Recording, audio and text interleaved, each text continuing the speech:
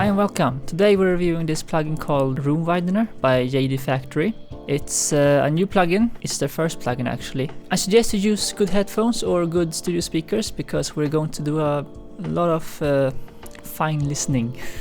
Full disclosure, I actually got this plugin for free in exchange for making a review, but no money changed hands or anything, and what you'll be hearing is my honest opinion. I might be a little biased though, because I'm actually friends with one of the people involved in making this plugin, but yeah, you'll hear for yourself and you can make your own judgment. So here we are in FL Studio. I've written this short little song yesterday and used RoomWidener on it. I've disabled all instances of RoomWidener so we can hear what it's doing. Let's start by just listening to the song as it is.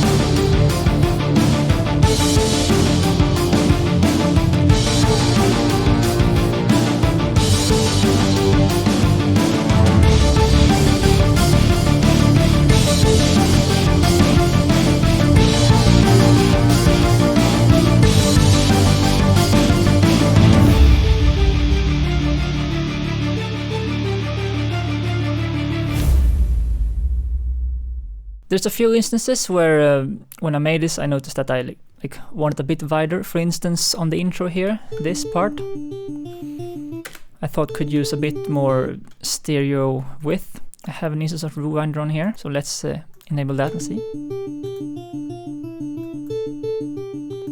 Without and with.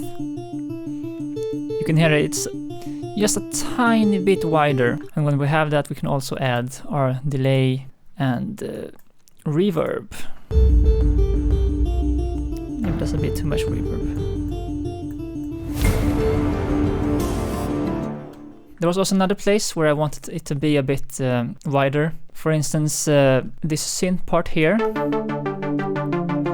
You can already hear that there is this delay, stereo delay, but it's not quite enough, and if we just put RoomWidener on here we can hear. Just adds that tiny bit of extra stereo width, which I find is like almost perfect just for this specific sound that I want.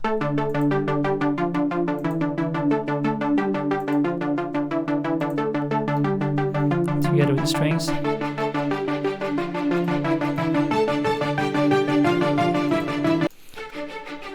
The strings too.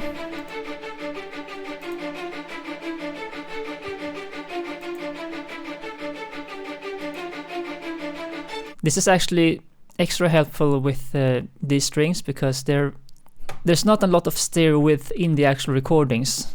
This sound too.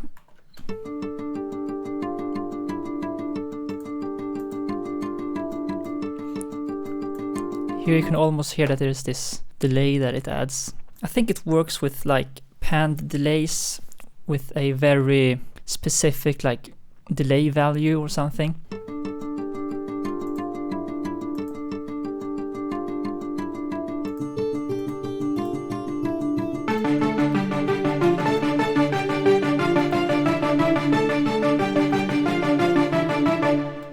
So let's hear this again with RoomWidener enabled on the guitars, the strings and the analog synth.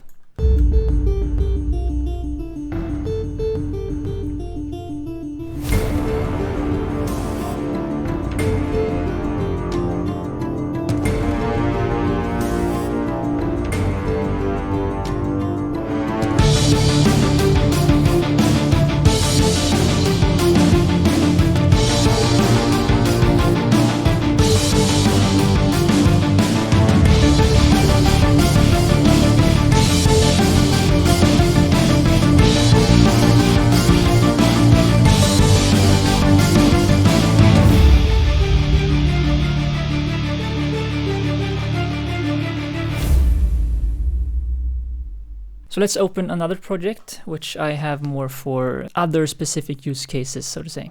I found this vocal from a free sample library, which is in Mono, so we'll use that as an example.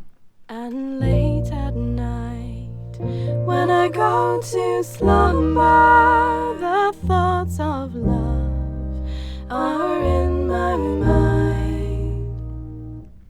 and it's nice, but it doesn't really quite blend into the mix the way I maybe would want. So let's enable RoomWidener. You can say I have a few others here, but that's for a comparison later. So let's just go over the controls real quick. You have the size, which controls the amount of delay. And late at night, when I go to slumber, the thoughts of love are in my mind. You have dampen, which dampens the sound. And late at night, when I go to slumber, the thoughts of love. It's probably easier here if I increase the size. And late at night, when I go to slumber, the thoughts of love are in my mind.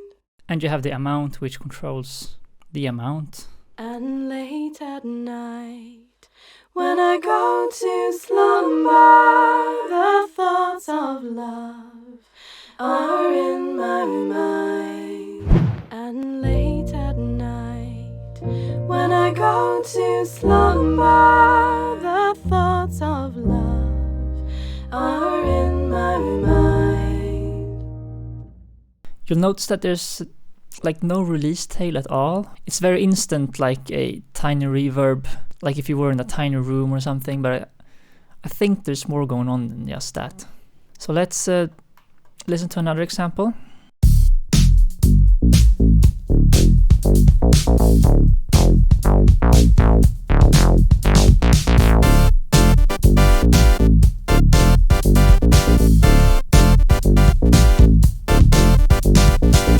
Yeah, so maybe not the greatest piece in the world, but let's see what happens if we enable RoomWidener on the bass.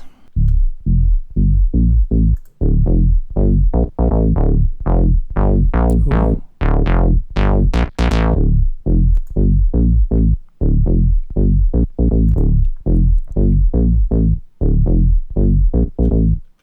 And with the drums.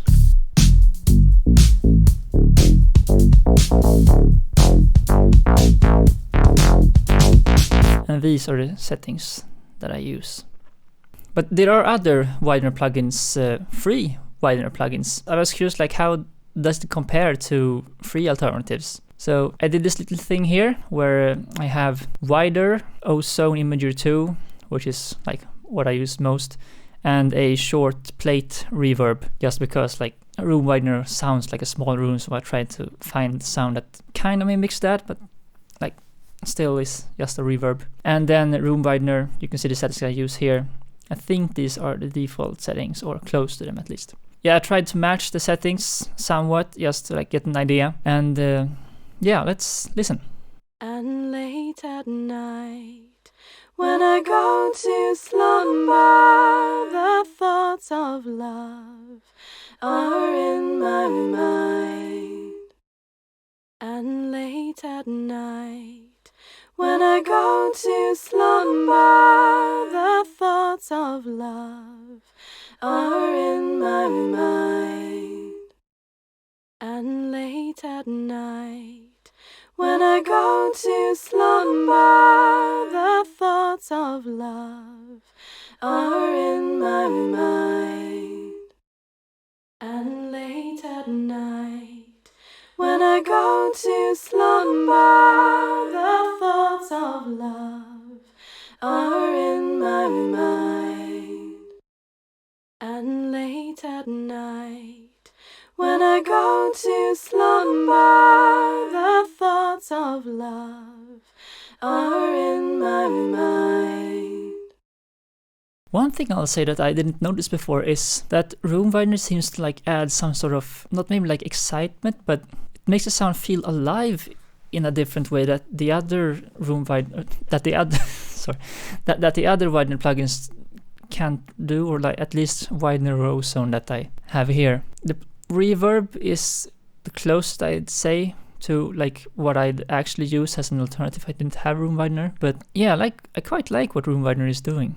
What I really like about this plugin is that it widens the sound in a way that it still sounds like it's coming from the center position, or like whatever the original position was, like it still sounds like it's coming from there. Other Widener plugins usually do this sort of like faces stereo sound thingies, so it sounds, I don't know how to describe it, but it sounds phasey and like almost chorusy instead of like actually just widening the sound. Most other wideners or stereoizers make the sound move around and do some weird phasey stuff, even on low settings. It achieves stereo without phase issues, without needing to round the sound reverb to make it wider. It's an effect that widens the sound without coloring it too much. So how would I use this? A problem that I have sometimes is that I have a sound that maybe doesn't have much stereo width to begin with, or like a mono sound that I want to have wider but without like drowning it in reverb and delay. Then RoomWidener is like perfect for me. So what this really is a thing that improves your workflow. Like you could do this effect manually by like chaining a bunch of reverb plugins and adjusting the delays and stuff, but you have to do that manually, and that takes time, like setting up the plugin chain and stuff. And now you have this effect just as a plugin, which is really useful. So like all that time adds up, especially like if you want to have different settings on different instruments. Sure, you'll have to spend a couple minutes like setting up the plugin chain and getting the settings right, but that adds up if you want to have the effect on like more than one instrument, or maybe have slight variations for each. So final thoughts. Yeah, I really like this plugin. Like I'm not too sure how it works, but I find it very useful, and it now sits proudly in my mixing folder. So yeah, this was my first review. If you liked it, then like, comment and subscribe. If you found it useful and stuff, like let me know. Yeah, and bye!